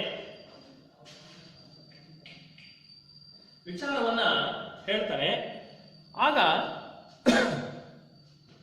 ಆ ಹುಡುಗಿಯ ವಿಚಾರವನ್ನ ಅಂದ್ರೆ ಹೂವಿನ ಗಿಡವಾಗ್ತಕ್ಕಂತಹ ಹುಡುಗಿಯ ವಿಚಾರವನ್ನ ಅವನು ತಿಳಿಸ್ತಾನೆ. ತಿಳಿಸಿದಾಗ ಆ ಮಂತ್ರಿಯ ಮಗನ ಬಳಿ ಎಲ್ಲ ವಿಚಾರವನ್ನ ಹೇಳ್ತಾನೆ. ದೊರೆಗೆ ಈ ವಿಚಾರ ತಿಳಿದು ಆ ಮುದುಕಿಯನ್ನ ಕರೆಸ್ತಾನೆ. ದೊರೆ ಏನ್ ಮಾಡ್ತಾನೆ, ಇದೆಲ್ಲ ವಿಷಯವನ್ನ ಆ ಮಂತ್ರಿಯ ಮಗನಿಂದ ತಿಳಿದಾದ ಮೇಲೆ ಆ ಮುದುಕಿಯನ್ನ ಅರಮನೆಗೆ ಕರೆಸಿ ಮದುವೆಗೆ ಎಲ್ಲ ಸಿದ್ಧತೆಯನ್ನ ಮಾಡ್ಕೊಳ್ತಾನೆ. ಕೊನೆಗೆ ಒಳ್ಳೆ ಮುಹೂರ್ತದಲ್ಲಿ ಆ ಹೂವಿನ ಗಿಡವಾಗುತ್ತಿದ್ದಂತಹ ಹುಡುಗಿಯ ಜೊತೆಯಲ್ಲಿ ರಾಜಕುಮಾರನಿಗೆ ಮದುವೆ ಕೂಡ ಆಗುತ್ತೆ. ಅರಮನೆಯಲ್ಲಿ ಇಬ್ಬರನ್ನು ಏಕಾಂತದಲ್ಲಿ ಬಿಟ್ಟರು.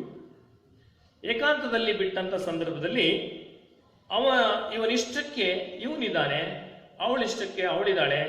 ಅವರೇ ಮಾತಾಡಲಿ ಅಂತ ಅವಳೇ ಮಾತಾಡಲಿ ಅಂತ ಅವನು. ಹೀಗೆ ಇಬ್ಬರೂ ಗುಮ್ಮಾಗಿ ಸುಮ್ಮನೆ ಕೂತ್ಕೊಂಡಿದ್ರು.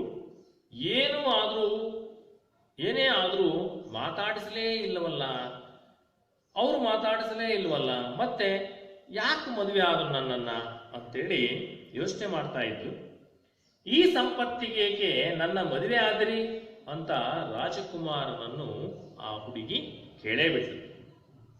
ನಾನು ಹೇಳಿದ ಹಾಗೆ ಕೇಳಿದ್ರೆ ಮಾತಾಡ್ತೀನಿ, ಇಲ್ಲದೆ ಇದ್ರೆ ಇಲ್ಲ ಎಂದು ಹೊರಟಾಗಿ ಹೇಳಿದ ರಾಜ್ಕುಮಾರ ದೊರೆಮಗ. ಪತಿ ಮಾತು ಕೇಳದೆ ಉಂಟೆ, ಅದೇನು ಹೇಳಿ ಅಂದಳು. ಮತ್ತೆ ನೀನು ಹೂವಿನ ಗಿಡ ಹಾಕ್ತೀಯಲ್ಲ, ಹಾಗೂ ಹೂ ಹಾಸಿಕೊಂಡು ಹೊತ್ತುಕೊಂಡು ಮಲ್ಕೋಬೇಕು ಅಂದ. ಸ್ವಾಮಿ, ನಾನು ದೇವರಲ್ಲ, ದೆವ್ವವಲ್ಲ, ಎಲ್ಲರ ಹಾಗೆ ನಾನು ನರಮನುಷ್ಯರು ಹೂವಿನ ಗಿಡ ಆಗೋದುಂಟೆ ಎಂದಳು. ದೈನ್ಯದಿಂದ ಬಹಳ ಪ್ರೀತಿಯಿಂದ ಹೇಳ್ತಾಳೆ, ನಾನು ಮನುಷ್ಯಳು, ನಾನೇನಾದ್ರು ದೆವ್ವನ ಅಥವಾ ದೇವರು ಹೂವಿನ ಗಿಡ ಆಗೋದಕ್ಕೆ ಅಂತಂದು ಹೇಳಿ ತಿಳಿಸಿದಾಗ, ಈ ಕಳ್ಳಾಟವೆಲ್ಲ ಬೇಡ, ಆವತ್ತು ನೀನು ಹೂವಿನ ಗಿಡ ಆಗಿದ್ದನ್ನು ನಾನು ಕಣ್ಣಾರೆ ನೋಡಿದ್ದೇನೆ.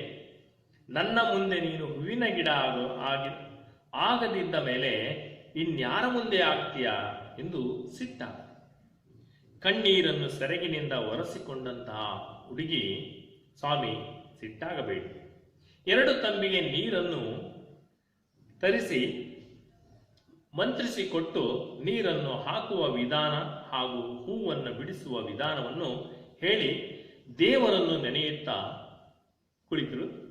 ಆಗ ದೊರೆ ಮಗ ಒಂದು ತಂಬಿಗೆ ನೀರನ್ನ ಅವಳ ಮೇಲೆ ಸುರಿದ ಕೂಡಲೇ ಅವಳು ಹೂವಿನ ಗಿಡ ಆದಳು. ತಮಗೆ ಬೇಕಾದಷ್ಟು ಹೂವನ್ನ ಬಿಡಿಸಿಕೊಂಡ. ಆ ನಂತರ ಸಾಕಾದ ಮೇಲೆ ಇನ್ನೊಂದು ತಂಬಿಗೆ ನೀರನ್ನ ಆ ಗಿಡದ ಮೇಲೆ ಸುರಿದ. ನಂತರ ಆ ಗಿಡದಲ್ಲಿ ಹೂವಿನ ಗಿಡದಲ್ಲಿ ನಂತರ ಹುಡುಗಿ ಮನುಷ್ಯಳಾದಳು. ಇಬ್ಬರೂ ಆನಂದದಿಂದ ಹೂ ಹಾಸಿಕೊಂಡು ಹೊದ್ದುಕೊಂಡು ಮಲಗಿದರು. ಹೀಗೆ ಕೆಲವು ದಿನ ಕಳೆಯಲು ಅರಮನೆಯ ಪಕ್ಕದಲ್ಲಿ ಬಾಡಿದ ಹೂವಿನ ರಾಶಿಯನ್ನು ನೋಡಿದಂತಹ ದೊರೆಯ ಕಿರಿಮಗಳು ನೋಡ್ತಾಳೆ. ಒಂದು ದಿನ ಅರಮನೆಯ ಹಿಂಭಾಗದಲ್ಲಿ ಒಂದು ದೊಡ್ಡ ರಾಶಿ ಬಿದ್ದಿದೆ, ಹೂವಿನ ರಾಶಿ. ಈ ರಾಶಿ, ಇಷ್ಟೊಂದು ಹೂವಿನ ರಾಶಿ ಎಲ್ಲಿಂದ ಬಂತು? ಅವಳಿಗೆ ಆಶ್ಚರ್ಯ ಆಯ್ತು. ದಿನ ಎಲ್ಲೋ ಸ್ವಲ್ಪ 1-2 ಮೊಳ 3 ಮೊಳ ಹೂ ನೋಡ್ತಿದ್ದಂಥವಳು ಇವತ್ತು ರಾಶಿ ನೋಡ್ತಾ ಇದ್ದಾಳೆ ಅಂತಂದ್ರೆ, ಆಗ ಅವಳೇನ್ ಮಾಡ್ತಾಳೆ, ತನ್ನ ಅಮ್ಮನಿಗೆ ಒಂದು ದೂರನ್ನ ಕೊಡ್ತಾಳೆ. ಅತ್ತಿಗೆ ಬರುವ ಮುನ್ನ ನನಗೆ ಘಮಘಮಿಸುವಂತಹ ಹೂಗಳು ಸಿಗ್ತಾ ಇದ್ವು, ಈಗ ಆ ಘಮಘಮಿಸುವ ಹೂವನ್ನ ಅತ್ತಿಗೆ ಒಬ್ಬಳೇ ಮುಡಿದು ಅರಮನೆ ಹಿಂಭಾಗದಲ್ಲಿ ಹಾಕಿದ್ದಾರೆ, ಅದು ರಾಶಿ ಬಿದ್ದಿದೆ ನೋಡ್ಬಾ ಅಂತೇಳಿ ತನ್ನ ತಾಯಿ ಹತ್ರ ಒಂದು ದೂರನ್ನ ಅತ್ತಿಗೆಯ ಮೇಲೆ ಸಲ್ಲಿಸ್ತಾಳೆ. ಆಗ ಏನ್ ಮಾಡೋದು ಅಂತೇಳಿ ಕೊನೆಗೆ, ನಿನಗೆ ಹೂ ತಾನೇ ಬೇಕಾಗಿರೋದು, ನಾನು ಕೊಡಿಸ್ತೀನಿ ಬಿಡು ಅಂತೇಳಿ ಸುಮ್ನಿರಮ್ಮ ಅಂತೇಳಿ ತಾಯಿ ತನ್ನ ಮಗಳನ್ನ ಸಮಾಧಾನ ಮಾಡಿದ್ಲು. ಒಂದು ದಿನ ಹೀಗೆ ಏನ್ ಮಾಡಿದ್ರು, ಕೆಲವು ದಿನ ಕಳೆಯಲು ಅಲ್ಲಿ ಸಮಾಧಾನ ಮಾಡಿದ ಮೇಲೆ ದೊರೆಯ ಹೆಂಡತಿ ತನ್ನ ಮಗಳಿಗೆ ಸಮಾಧಾನ ಮಾಡಿ ಕಳಿಸ್ಕೊಟ್ಟಾದ ಮೇಲೆ ಒಂದು ದಿನ ದೊರೆ ಮಗ ಎಲ್ಲೋ ಹೊರಗೆ ಹೋಗಿದ್ದಂತ ಸಂದರ್ಭದಲ್ಲಿ ಆಗ ದೊರೆ ಮಗಳು ತನ್ನ ಸ್ನೇಹಿತರಿಗೆಲ್ಲ ಸುರೆಹೊನ್ನ ತೋಟಕ್ಕೆ ಉಯ್ಯಾಲೆ ಆಡೋಕೆ ಹೋಗೋಣ ಅಂತೇಳಿ ತನ್ನ ಅತ್ತಿಗೆ ಹೂವಿನ ಗಿಡ ಹಾಕ್ತಾಳೆ, ನೀವೆಲ್ಲರೂ ಬನ್ನಿ, ಘಮಘಮ ಅನ್ನೋ ಹೂ ಬೇಕಾದಷ್ಟು ಕೊಡ್ತೀನಿ ಎಂದು ಹೇಳಿ ಬಂದು ತಾಯಿಗೆ ಅತ್ತಿಗೆಯನ್ನು ಕಳಿಸಿಕೊಡುವಂತೆ ಕೇಳ್ತಾಳೆ. ತಾಯಿ ಅಣ್ಣನನ್ನು ಕರ್ಕೊಂಡು ಹೋಗು ಅಂತ. ಅಣ್ಣ ಕೇಳಿದರೆ ನನ್ನಿಷ್ಟ ಅಲ್ಲಮ್ಮ ಕಳ್ಸಕ್ಕೆ, ಅಮ್ಮನ್ನ ಕೇಳು ಅಂತಾನೆ. ತಾಯಿಯನ್ನು ಕೇಳಿದ್ರು. ಹೋಗಿ ಸಂಜೆ ಹೊತ್ತಿಗೆ ಜೋಪಾನವಾಗಿ ಬನ್ನಿ ಅಂತ ತಾಯಿ ಹೇಳಿದ್ರು. ಸರಿ, ಎಲ್ಲರೂ ಸುರೆಹೊನ್ನೆ ತೋಟಕ್ಕೆ ಹೊರಟರು.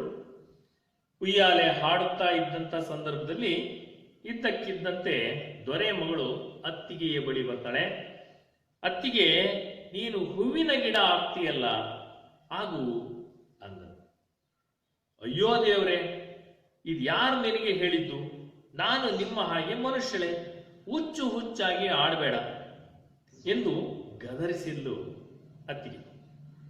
ಆಹಾ, ಅಲ್ಲ ಅತ್ತಿಗೆ, ನಮ್ಮ ಮುಂದೆ ಆಗದೆ ಇನ್ಯಾರ ಮುಂದೆ ಹೂವಿನ ಗಿಡ ಆಗೋಕೆ ಹೋಗ್ತೀಯಾ ಎಂದು ನಿಷ್ಠುರವಾಗಿ ಮಾತನಾಡಿದಳು. ವ್ಯಥೆ ಪಟ್ಟು 2 ತಂಬಿಗೆ ನೀರನ್ನ ತರಿಸಿದ್ದು, ಅದನ್ನು ಮಂತ್ರಿಸಿ ಅವಳ ಕೈಗೆ ಕೊಟ್ಲು. ನಂತರ ಅವುಗಳನ್ನ ಸುರಿಯುವ ವಿಧಾನವನ್ನು, ಹೂವನ್ನು ಕೀಳುವ ವಿಧಾನವನ್ನು ಎಲ್ಲವನ್ನು ಹೇಳಿ ಏನ್ ಮಾಡಿದ್ಲು ಅತ್ತಿಗೆ, ಆ ಹುಡುಗಿಯ ಅತ್ತಿಗೆ ಮಂತ್ರವನ್ನ ಹೇಳ್ತಾ ದೇವರನ್ನ ನೆನೆಸ್ತಾ ಒಂದು ಹತ್ರ ಕುಳಿತುಕೊಂಡು, ಹುಡುಗಿಯರು ಏನ್ ಮಾಡ್ತಾರೆ, ಎಲ್ಲ ಕುತೂಹಲದಿಂದ ನೋಡ್ತಾ ಇದ್ರು. ಇವಳು ಹೇಳಿದಂತಹ ಆ ಮಾತುಗಳನ್ನ ಆ ಹುಡುಗಿಯರು ಸರಿಯಾಗಿ ಆಲಿಸದೆ ಕೇಳದೆ ಏನ್ ಮಾಡ್ತಾರೆ, ಅವಳ ಮೇಲೆ ಒಂದು ತಂಬಿಗೆ ನೀರನ್ನ ಸುರಿತಾರೆ. ಸುರಿದ ಮೇಲೆ ಅವಳು ಹೂವಿನ ಗಿಡ ಹಾಕ್ತಾಳೆ. ಆಗ ತದನಂತರ ಏನ್ ಮಾಡ್ಬಿಡ್ತಾರೆ, ಹೂವನ್ನ ಕೀಳುವ ಬರದಲ್ಲಿ ಎಲೆ, ತೊಟ್ಟು, ಹೂವು, ಕೊಂಬೆ, ರೆಂಬೆ ಎಲ್ಲವನ್ನು ಅವರು ತರದು ಬಿಡ್ತಾರೆ. ಕೀಳಲಿಲ್ಲ, ತರದು ಬಿಡ್ತಾರೆ, ಅಂದ್ರೆ ಮುರಿದು ಬಿಡ್ತಾರೆ. ಕೊಂಬೆ ಆ ಹೂವಿನ ನೋಡಿ, ಆ ಹೂವಿನ ಖುಷಿಯಿಂದ ಎಷ್ಟೊಂದು ಹೂವು ಇದಾವೆ ಅಂತೇಳಿ ಆ ಹೂ ಕೀಳೋ ನೆಪದಲ್ಲಿ ಕೊಂಬೆನೆಲ್ಲ ಮುರಿದು ಬಿಡ್ತಾರೆ. ಹಾಗಾಗಿ ಕೊನೆಗೆ ಆ ಸಮಯದಲ್ಲಿ ಹುಡುಗಿಯರು ಸರಿಯಾಗಿ ಅದನ್ನ ಆಲಿಸದೆ ನಿರ್ಲಕ್ಷ್ಯದಿಂದ ಏನ್ ಮಾಡ್ತಾರೆ, ಸಾಕಾದ ತಕ್ಷಣ ತಂಬಿಗೆ ನೀರನ್ನ ಅದರ ಮೇಲೆ ಅಡ್ಡಾದಿಡ್ಡಿಯಾಗಿ ಸುರಿದು ಬಿಡ್ತಾರೆ ಗಿಡದ ಮೇಲೆ. ಆಗ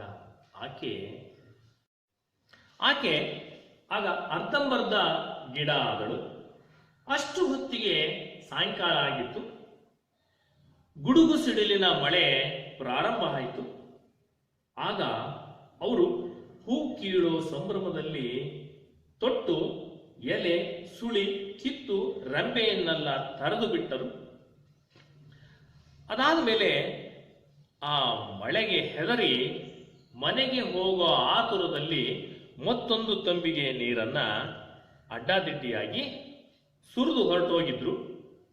ಆಕೆ ಮನುಷ್ಯಳಾದಾಗ ಕೈ ಇಲ್ಲದ, ಕಾಲಿಲ್ಲದ, ಅರ್ಧಂಬರ್ಧ ದೇಹವಾಗಿದ್ದಳು.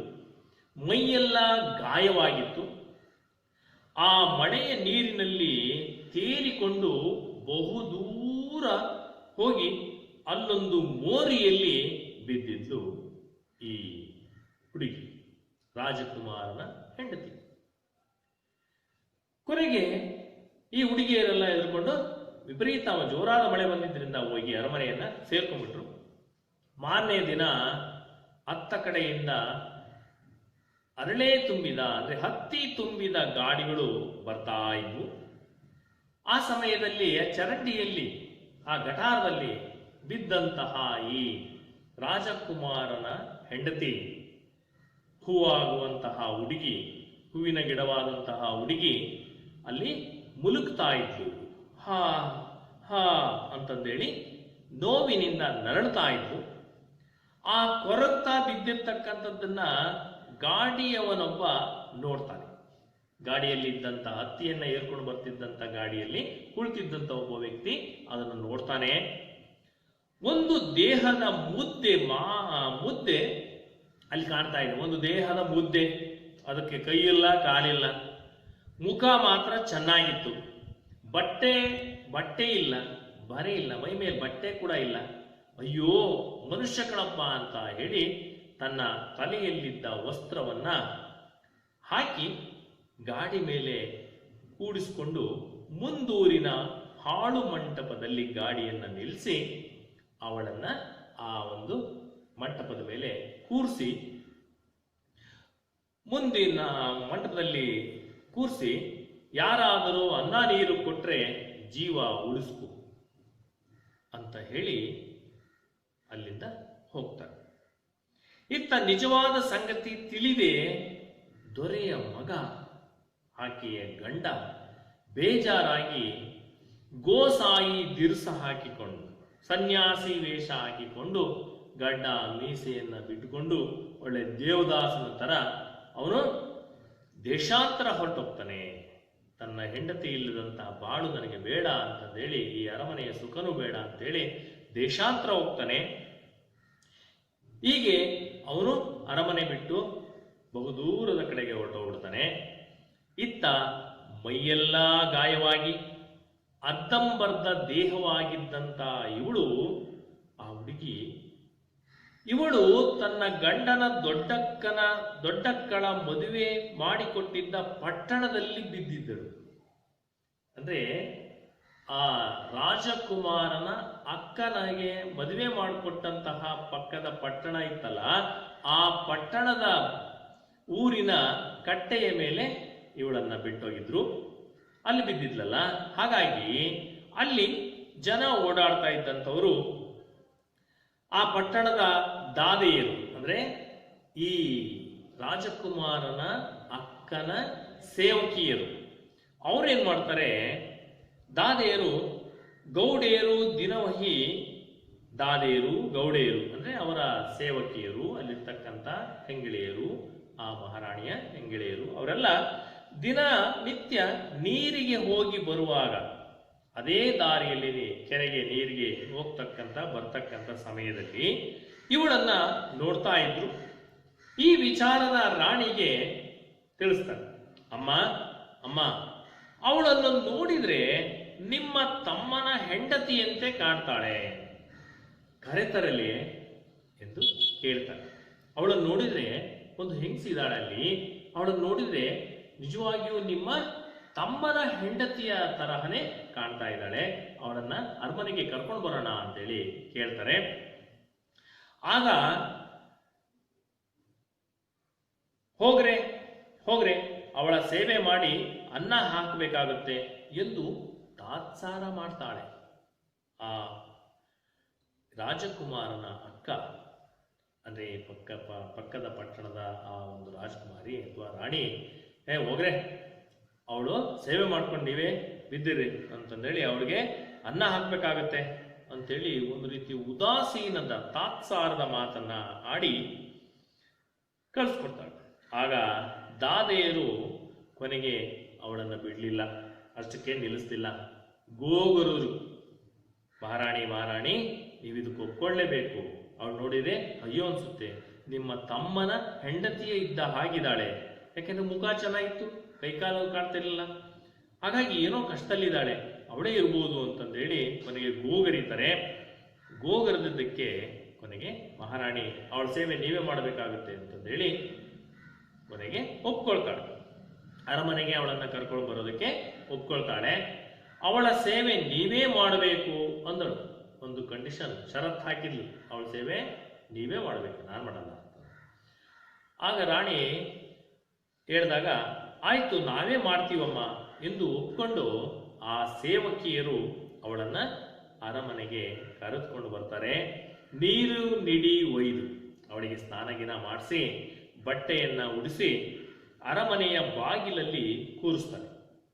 ದಿನನಿತ್ಯ ಮೈ ಮೇಲಿನ ಗಾಯಗಳಿಗೆ ಔಷಧಿಯನ್ನ ಹಾಕಿ ವಾಸಿ ಮಾಡ್ತಾರೆ. ಗಾಯಗಳೇನೋ ವಾಸಿ ಆಗ್ತಾ ಇದ್ವು. ಅವಳು ದಿನೇ ದಿನೇ ಸ್ವಲ್ಪ ಆರೋಗ್ಯ ಸುಧಾರಿಸ್ತಾ ಇತ್ತು. ಇತ್ತ ದೊರೆಯ ಮಗ ಏನ್ ಮಾಡ್ತಿದ್ದಾನೆ, ದೇಶವೆಲ್ಲ ತಿರುಗಿ ತನ್ನ ಅಕ್ಕನ ಪಟ್ಟಣಕ್ಕೆ ಬಂದ. ಅವನು ಎಲ್ಲ ದೇಶಾಂತರ ಹೋಗಿದ್ದ, ಸುತ್ತಾಡಿ ಕೊನೆಗೆ ತನ್ನ ಅಕ್ಕನ ಪಟ್ಟಣಕ್ಕೆ ಬಂದಿದ್ದಾನೆ. ಬಾಗಿಲ ಬಳಿ ಕುಳಿತಂತಹ ಅವನು ಬಂದು ಬಾಗಿಲ ಬಳಿ ಕೂತ್ಕೊಳ್ತಾನೆ. ತಿಕ್ಕಲು ಮನುಷ್ಯನ ಹಾಗೆ ಅವನಿಗೆ ಏನಾಗಿದೆ, ಗಡ್ಡ ಮೀಸೆ ಎಲ್ಲ ಬೆಳೆದು ಬಿಟ್ಬಿಟ್ಟಿದೆ. ಅವ್ನು ನೋಡಿದ್ರೆ ಒಬ್ಬ ಹುಚ್ಚನಾಗಿ ಕಾಣ್ತಾ ಇದ್ದಾನೆ. ನೀರಿಗೆ ಹೋಗಿ ಬರುತ್ತಿದ್ದ ದಾದಿಯರು ಇವನನ್ನು ನೋಡಿ ಅರಮನೆಗೆ ಬಂದು, ಅಮ್ಮ ಅವರೇ, ಯಾರೋ ನಿಮ್ಮ ತಮ್ಮನ ಹಾಗೆ ತಮ್ಮ ಕುಳಿತಂಗೆ ಕಾಣುತ್ತೆ ಅಂತ ಗೋಗರಿದ್ರು. ದುರ್ಬೀನ್ ಹಾಕಿ ನೋಡಿ ಕರೆಸಿ ರಾಣಿ ಚೆನ್ನಾಗಿ ನೋಡಿದಳು. ನನ್ನ ತಮ್ಮನೇ ಇರಬೇಕೆಂದು ಕೊಂಡಳು. ಆಗ ದೂರ್ಬೀನ್ ಹಾಕಿ ನೋಡ್ತಾಳೆ ದೂರದಿಂದ. ಅವನು ನೋಡಿ ಕೊನೆಗೆ ಅರಮನೆಗೆ ಕರೆಸ್ಕೊಂಡು, ಇವನು ನನ್ನ ತಮ್ಮನೇ ಇರ್ಬೋದು ಅಂತಂದೇಳಿ ಅರಮನೆಗೆ ಕರೆಸ್ಕೊಂಡು ನೋಡ್ತಾಳೆ.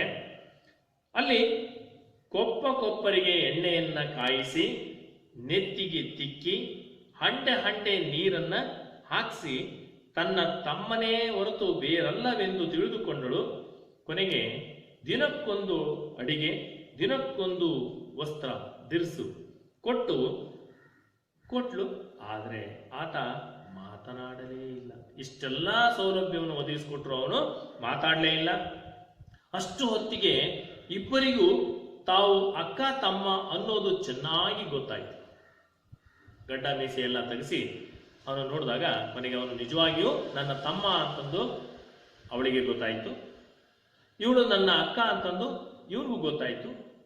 ಕೊನೆಗೆ ಕೇಳ್ತಾನೆ, ನಾನೆಷ್ಟೇ ಉಪಚಾರ ಮಾಡಿದರೂ ನನ್ನ ತಮ್ಮ ಮಾತಾಡಲಿಲ್ಲ, ಏನ್ ಕಾರಣ ಅಂತೇಳಿ ಆ ಪಟ್ಟಣದ ರಾಜಕುಮಾರಿಗೆ ಒಂದು ಅನುಮಾನ ಶುರುವಾಯಿತೆ ಎಂದು ಯೋಚಿಸಿ ಚೆಲುವೆಯರಾದ ದಾಸಿಯರನ್ನು ಸೇವೆಗೆ ಕಳಿಸಿದನು. ಒಳ್ಳೆ ಸುಂದರವಾಗಿರ್ತಕ್ಕಂಥ ಸೇವಕಿಯರನ್ನ ಅವನ ಸೇವೆಗೆ ಕಳಿಸ್ತಾರೆ. ಏನೋ ಮನಸ್ಸಿನಲ್ಲಿ ಏನೋ ನೋವು ಇರ್ಬೇಕೇನೋ ಅಥವಾ ಸ್ವಲ್ಪ ಸಂತೋಷವಾಗಿರ್ಲಿ ಅಂತೇಳಿ ಸೇವಕಿಯರನ್ನ ಕಳಿಸ್ಕೊಡ್ತಾಳೆ. ಆಗ ಅಷ್ಟೆಲ್ಲ ಆದರೂ ಅವನು ಯಾರೊಂದಿಗೂ ಮಾತಾಡಲಿಲ್ಲ. ಕೊನೆಗೆ ಮಾರನೆಯ ದಿನ ರಾತ್ರಿ ದಾದಿಯರೆಲ್ಲ ಸೇರಿ, ಅಂದರೆ ಸೇವಕಿಯರೆಲ್ಲ ಸೇರಿಕೊಂಡು ಅರಮನೆಯ ಮುಂದೆ ಇದ್ದಂತಹ ಇವಳಿಗೆ ಶೃಂಗಾರವನ್ನ ಮಾಡಿ ರಾಣಿಯಿಂದ ಅಪ್ಪಣೆ ಪಡೆದು ಇವನ ಮಂಚದ ಮೇಲೆ ಕೂರಿಸಿತು. ಇವನು ದಾದಿಯರನ್ನ ನೋಡಲೂ ಇಲ್ಲ, ಮಾತನಾಡಿಸಲೂ ಇಲ್ಲ. ಆದರೆ ರಾತ್ರಿ ಇದು ಮೋಟುಗೈಯಲ್ಲಿ ಇವನ ಕಾಲನ್ನು ಒತ್ತುತ್ತಾ ಹೂ ಹೂ ಅಂತ ಮುಲುಕ್ತಾ ಇದ್ರು. ಆ ರಾಜಕುಮಾರನ ಕಾಲನ್ನ ಮೋಟ್ ಕೈಯಲ್ಲಿ ಕಾಲನ್ನ ಒತ್ತಾ ಇದ್ರು. ಆಗ ಎದ್ದು ನೋಡಿದ, ಇವಳೇ ನನ್ನ ಹೆಂಡತಿ ಎಂದು ತಿಳ್ಕೊಂಡ.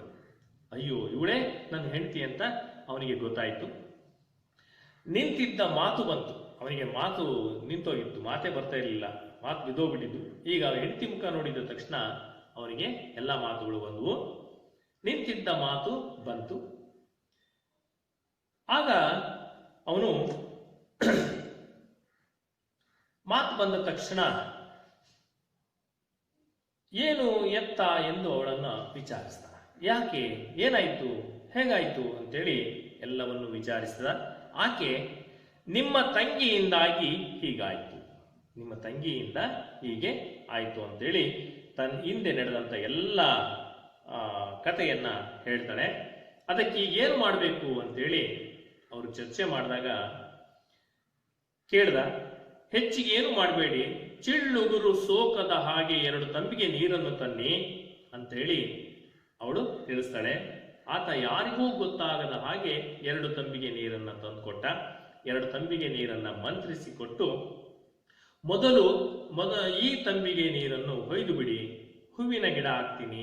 ಆಗ ಎಲ್ಲಿ ಎಲೆ ಹೋಗಿದೆಯೋ ಅಲ್ಲಿಗೆ ಎಲೆ ಜೋಡಿಸಿ, ಎಲ್ಲಿ ರೆಂಬೆ ಹೋಗಿದೆಯೋ ಅಲ್ಲಿಗೆ ರೆಂಬೆ ಜೋಡಿಸಿ, ಆನಂತರ ಇನ್ನೊಂದು ತಂಬಿಗೆ ನೀರನ್ನು ಸುರಿಯಿರಿ ಎಂದು ಹೇಳಿ ದೇವರನ್ನು ನೆನೆದು ಕುಳಿತುಕೊಂಡ್ರು. ಆಗ ತಕ್ಷಣ ಏನು ಮಾಡ್ದ, ಅವನು ಅದೇ ರೀತಿ ಮಾಡ್ದ. ಅದನ್ನೆಲ್ಲ ಸರಿಪಡಿಸಿ ಕೊನೆಗೆ ಲಾಸ್ಟ್ಗೆ ಎಲ್ಲೆಲ್ಲಿ ಎಲೆ ಮುರಿದಿತ್ತು ಅಲ್ಲಿ ಎಲೆ ಇಟ್ಟ, ಕೊಂಬೆ ಮುರಿದಿತ್ತು ಕೊಂಬೆ ಇಟ್ಟ. ಅಂದ್ರೆ ಅವೆಲ್ಲ ಜೋತ್ ಬಿದ್ದಿದ್ವು, ಎಲೆಗಳು ಕೊಂಬೆಗಳು ಎಲ್ಲ ಮುರಿಕೊಂಡು ಬಿದ್ದಿದ್ವಲ್ಲ, ಅವನ್ನೆಲ್ಲ ಹಿಂಗೆ ಜೋಡಿಸಿ ಇಟ್ಟ. ಮತ್ತೊಂದು ತಂಬಿಗೆ ನೀರನ್ನ ಅದರ ಮೇಲೆ ಸುರಿದು, ಆಗ ಪುನಃ ಮನುಷ್ಯಳಾಗಿ ಎದ್ದು ತನ್ನ ಗಂಡನ ಕಾಲಿಗೆ ನಮಸ್ಕಾರ ಮಾಡಿದಳು. ನಾದಿನಿಯಾದ ಆಕೆ ಈಕೆಯನ್ನು ಅಪ್ಪಿ ಮುದ್ದಾಡಿ ಅತ್ತಳು. ಕಡೆಗೆ ಚೆನ್ನಾಗಿ ಉಪಚಾರ ಮಾಡಿ 4-6 ವಾರ ಅರಮನೆಯಲ್ಲಿ ಇಟ್ಕೊಂಡು ನಂತರ ಅವರಿಬ್ಬರನ್ನು ತನ್ನ ತಂದೆಯ ಪಟ್ಟಣಕ್ಕೆ ಹೋಗುವಾಗ ಬೇಕಾದಷ್ಟು ಐಶ್ವರ್ಯವನ್ನ ಕೊಟ್ಟು, ಉಡುಗೊರೆಯನ್ನ ಕೊಟ್ಟು ತಮ್ಮನ ಹೆಂಡತಿಯನ್ನ ಕಳಿಸಿಕೊಡ್ತಾಳೆ ಆ ರಾಜಕುಮಾರನ ಅಕ್ಕ. ಹೀಗೆ ಇದೊಂದು ಜನಪದ ಕತೆ. ನೋಡಿ ಮಕ್ಕಳೇ, ಈ ಜನಪದ ಕಥೆಯನ್ನು ಕೇಳ್ತಾ ಇದ್ದಾಗ ನಮ್ಮಲ್ಲಿ ಏನೋ ಒಂದು ರೀತಿಯ ಆಲೋಚನಾ ಶಕ್ತಿ ಹೆಚ್ಚಾಗುತ್ತೆ. ಹಾಗಾಗಿ ಇಂತಹ ಜನಪದ ಕಥೆಗಳು ಕೇಳೋದಕ್ಕೂ ಮತ್ತೆ ಹೇಳೋದಕ್ಕೂ ತುಂಬಾ ಚೆನ್ನಾಗಿರ್ತವೆ ಅಂತಂದು ಹೇಳ್ತಾ, ಲೇಖಕರಾದ ಎ.ಕೆ. ರಾಮಾನುಜಂ ಈ ಜನಪದ ಕಥೆಯನ್ನ ತನ್ನದೇ ಆದಂಥ ಶೈಲಿಯಲ್ಲಿ ಈ ರೀತಿ ಹೂವಾದ ಹುಡುಗಿ ಗದ್ಯ ಭಾಗದಲ್ಲಿ ತಿಳಿಯಪಡಿಸಿದ್ದಾರೆ. ಇದನ್ನು ನಾನಿಷ್ಟು ತನಕ ನಿಮಗೆ ತಿಳಿಸಿದ್ದೀನಿ. ಇದರಿಂದ ನೀವು ಕೂಡ ಕಥೆಯನ್ನ ಆಲಿಸುವಂತ ಕೌಶಲ್ಯವನ್ನು ಇಟ್ಕೊಂಡಿದ್ದೀರ ಅಂತ ಹೇಳ್ತಾ